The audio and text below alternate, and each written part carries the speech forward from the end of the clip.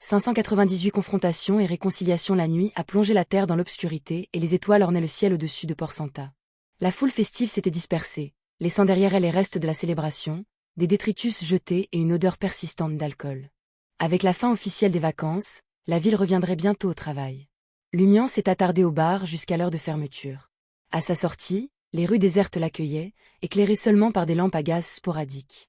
L'air de la fin de la nuit faisait allusion au froid hivernal qui approchait. Lumian inspira, sentant la fraîcheur vive pénétrer dans ses poumons. Le fracas rythmé des vagues contre le rivage ajoutait à la sérénité de la nuit. D'apparence de bonne humeur, Lumian, légèrement ivre, est passé devant les conséquences de la célébration, les mains dans les poches, passant inaperçu dans l'environnement silencieux. Il est retourné à la chambre louée sous une fausse identité. En ouvrant la porte, il trouva Lugano faisant les 100 pas anxieusement dans le salon. Toujours debout, Lumian haussa un sourcil. Lugano, comme s'il s'était remis d'une blessure grave, parla avec une expression complexe. « Il y a 1 heure, le capitaine Nelia des religieuses de combat vous a rendu visite. Pas en armure, mais dans une robe magnifique. Elle a une jolie silhouette. » Et ensuite demanda Lumian, un sourire narquois sur le visage. Lugano a répondu avec envie. « Elle est partie déçue quand je lui ai dit que tu n'étais pas là. » Lumian gloussa. « Qu'est-ce que ça a à voir avec toi? Pourquoi es-tu toujours éveillé après 1 heure? » Lugano toussa maladroitement. « J'ai eu une soudaine réflexion sur mon avenir. Dois-je retourner à Trèves et poursuivre une carrière médicale, ou dois-je opter pour une voie différente ?» Ignorant les réflexions du docteur, Lumian, avec un sourire, se lava brièvement et se retira dans sa chambre, succombant au sommeil. Dans ses rêves, les événements récents se fondaient dans une tapisserie chaotique, tissant des histoires plus étranges et plus bizarres. À 6 heures précises du matin, Lumian s'est réveillé et s'est rapidement assis. Ses pensées se sont aiguisées alors qu'il se souvenait du rêve. Soudain, un détail le frappa. Sans tenir compte de la possibilité que l'ordre Aurore ait observé secrètement la situation, l'aspect crucial du rituel de prière en mer était l'utilisation par amont de l'hôtel du village de Milo pour imprégner discrètement l'île d'une capacité de vol. Sans cette intervention, l'ouverture du passage énergétique du vaisseau spatial aurait conduit à un renversement. Mais privé du pouvoir de la mer, il n'aurait pas pu piéger Mad Lady avec l'autorité du gouverneur de la mer, la retardant jusqu'à l'arrivée de Madame Magicien. Cependant, Celestial Worthy, positionné au sommet des voix-voyants, apprenti et maraudeur, devrait posséder une compréhension approfondie des capacités du maraudeur. Il semblait peu probable qu'il n'ait pas envisagé la possibilité qu'un amont se cache près de l'hôtel, lui conférant des pouvoirs de vol. Il était logique qu'il n'ait pas partagé cette connaissance avec le Poisson d'Avril, il s'agissait d'outils consommables, et une information excessive pourrait affaiblir leur détermination pendant l'opération. Mais le plan global n'aurait pas dû s'effondrer à cause de cela. Les intentions de Celestial Worthy étaient-elles plus complexes qu'il n'y paraissait? Avait-il secrètement atteint un objectif, ou Amon et son allié invisible ont-ils orchestré les événements à l'avance? Si Amon avait véritablement surveillé l'hôtel du village de Milo sans pause, le rituel de prière en mer de l'année dernière n'aurait peut-être pas échoué. Il reste la possibilité qu'il ait voulu s'amuser des pitreries du Poisson d'Avril. Le chaos provoqué par le Poisson d'Avril de l'année dernière était peut-être compréhensible. L'approche la plus simple cette année ne devrait-elle pas consister à autoriser discrètement l'achèvement de l'anneau de la Reine des Mers lors du rituel d'honneur des ancêtres? Par la suite, des événements pourraient se dérouler avec Ultraman prenant l'apparence du nouveau gouverneur de la mer, pour ensuite être abasourdi lorsque le rituel du sacrifice marin réussit. Pourquoi ce chemin alambiqué? Quel était le but de ces mesures apparemment inutiles? Il doit y avoir quelque chose qui me manque. Lumian se massa les tempes et se leva du lit. La révélation ne l'a pas surpris. Il serait anormal qu'il dévoile rapidement les véritables motivations de chaque participant à des scénarios aussi complexes impliquant des entités de haut niveau.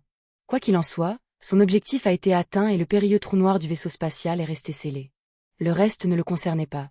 S'il pouvait le déchiffrer, tant mieux. Sinon, il pourrait toujours écrire à Madame la Magicienne pour lui faire un rappel en temps opportun. Après un jogging autour du Port Santa encore endormi, Lumian a écrit une lettre à Madame la Magicienne, détaillant ses réflexions. Alors que Lumian avait terminé, Lugano, qui était sorti préparer le petit déjeuner pour Ludwig, retourna à ses quartiers. Prenant un moment de réflexion, Lumian a remis 1000 riseaux d'or à Lugano. D'un ton calme, il déclara « Je serai absent pendant quelques jours. Prends soin de Ludwig. À mon retour, cette commission sera complètement terminée. » Le moment venu, Lumian prévoyait de prendre un bateau pour le continent sud. Lumian avait l'intention de conspirer et de faire des préparatifs en cours de route. Son objectif était d'être prêt pour la conspiration finale et d'avancer vers la séquence 5 après avoir atteint sa destination sur le continent sud. Sans s'interroger sur la destination de son employeur, Lugano a demandé nerveusement. Y aura-t-il un danger dans les prochains jours? C'est fait, répondit Lumian avec un sourire. Si un autre danger survient, adressez-vous à l'ordre de la fertilité et demandez protection. N'est-ce pas à quoi vous vous attendiez? Lugano sourit penaud, rassuré par l'attitude de Lumian. Sous le soleil éclatant de Port-Santa, avec une cuisine délicieuse et des femmes passionnées, rester quelques jours de plus semblait une perspective agréable.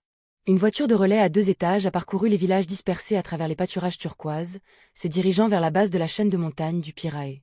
Conservant son déguisement d'aventurier Louis Berry, Lumian occupait un siège près de la fenêtre de la voiture, observant silencieusement le paysage qui défilait. Chaque pâturage turquoise était orné de troupeaux de moutons, ressemblant à des nuages épars. Des bergers, vêtus de robes pratiques et mobiles, se promenaient au milieu des animaux au pâturage. Certains avaient leur propre cabane, tandis que d'autres utilisaient de petites cabanes de bergers sur roues pour se déplacer. De temps en temps, les villageois locaux tentaient de chasser les bergers qui arrivaient, mais ils étaient accueillis avec des sourires narquois ou apaisés avec de l'argent et des fournitures. Face aux habitants déterminés, les bergers, arrivant du col de montagne, se sont déplacés à contre-cœur vers des zones plus désolées, luttant contre les yeux vigilants des loups sauvages et d'autres créatures. Les scènes racontées par les bergers de Cordu se sont présentées avec vivacité à Lumian, marquant un souvenir dans son esprit. 2 jours plus tard, la voiture relais s'est arrêtée au pied de la chaîne du Pirae, s'arrêtant dans une petite ville à l'extérieur du col. Lumian a enfilé un manteau en tweed noir, se préparant à s'aventurer seul dans la montagne. Alors qu'il gravissait la crête de la montagne, le vent froid s'intensifiait, rendant le désert presque vide de vie. Naviguant sur un terrain montagneux à la végétation clairsemée, Lumian a suivi les sentiers laissés par les bergers et les marchands. Sous le ciel gris sans oiseaux, le paysage désolé présentait des arbres flétris et un maigre ruisseau. La solitude de l'hiver imprégnait l'air. Dans la froide solitude, il lui a fallu près de 3 jours pour traverser la chaîne du Dariège et atteindre la rivière à l'extérieur de Cordu. En faisant le tour de l'imposante forêt, Lumian repéra rapidement le pilier couleur sang, dégageant l'aura d'un sommet de montagne malgré sa hauteur modeste. Alors que Lumian le regardait, des pas approchaient de devant. Un homme d'âge moyen, vêtu d'un manteau de cuir et joignant les mains, est apparu. Tremblant sous le vent froid, le garde forestier a crié. « N'allez pas plus loin. Ce village a disparu. » Les yeux de Lumian dépassèrent le ranger et se tournèrent vers les structures effondrées et brûlées au loin. Après une brève pause, il a demandé d'une voix grave. « Qu'est-il arrivé à ce village ?» Le garde forestier a regardé autour de lui et a baissé la voix. Ils ont dit qu'ils croyaient aux démons. Les villageois sont devenus fous, ont incendié leurs maisons et ont marché dans l'abîme. Écoutez, un village normal serait-il comme ça? Lumian resta silencieux pendant un long moment. Voyant cela, le garde forestier dit sincèrement. De toute façon, ces vieillards m'ont demandé d'empêcher quiconque d'entrer dans ce village. Ils ont dit que ce n'était pas de chance, cela provoquerait les démons. Lumian est resté silencieux, s'abstenant de poursuivre l'enquête. Regardant les ruines inconnues mais étrangement familières, il se détourna de l'entrée du village. Pas à pas, il s'approcha de l'alpage le plus proche, le vent hurlant autour de lui. L'herbe ici était complètement sèche, emportée par le vent, laissant derrière elle des parcelles stériles de terre brune. Lumian inspecta les ruines de Cordu, puis localisa une cabane abandonnée par les bergers. À l'intérieur, il s'allongea, fermant les yeux et restant immobile. Si seulement tout ce qui s'était passé auparavant pouvait être considéré comme un rêve. À son réveil, l'alpage était à nouveau d'un vert éclatant, les oiseaux revenaient dans le ciel et aux tavernes étaient animées d'agriculteurs et de bergers. Sa sœur le pressait constamment d'étudier, tandis que Rémin, Ava et les autres réfléchissaient à un avenir incertain, ignorant la vie qui les attendait. Le soleil brillait brillamment, mais l'air de Port-Santa commençait à se refroidir. Brusquement, Lumian se tenait devant Lugano et Ludwig. « Tu es enfin de retour !» s'exclama Lugano, le soulagement évident dans la voix, comme s'il avait rencontré un sauveur. L'appétit de Ludwig avait de nouveau augmenté et les 1000 rizeaux avaient disparu plus rapidement que prévu. Encore une semaine et Lugano devra envisager d'utiliser ses propres fonds. Il ne pouvait pas permettre à l'enfant d'avoir faim, il pourrait avoir recours à le manger. Lumian a ri en réponse, en disant « La commission est terminée. Je vais payer le solde maintenant. Voulez-vous mon aide pour vous téléporter à Trèves, ou préférez-vous prendre un bateau vous-même ou traverser la chaîne de montagnes du Dariège ?» Lugano est resté silencieux, apparemment aux prises avec une décision.